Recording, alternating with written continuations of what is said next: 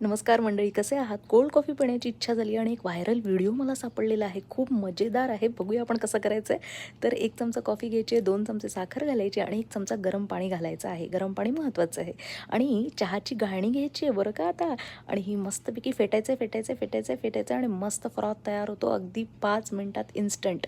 आणि बघा कसं झालेलं आहे मस्तपैकी. हा तुम्ही फ्रीजला स्टोअर करू शकता 4-5 दिवस आणि वाटेल तेव्हा मस्तपैकी 1-2 चमचे घालायचे, दूध घाला आणि तुमची कोल्ड कॉफी तयार आहे.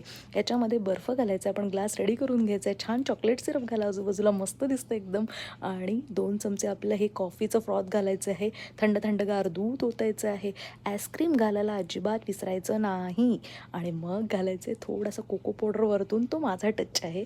आणि मस्तपैकी परत चॉकलेट सिरप घाला आणि मस्तपैकी ओरपा. मी ओरपलेली आहे. मला पुण्याच्या दुर्गा कॅफेची आठवण आलेली आहे आणि तुम्हालाही ती होईलच. नक्की करून बघा. लाईक, शेअर, सबस्क्राईब करायला विसरू नका.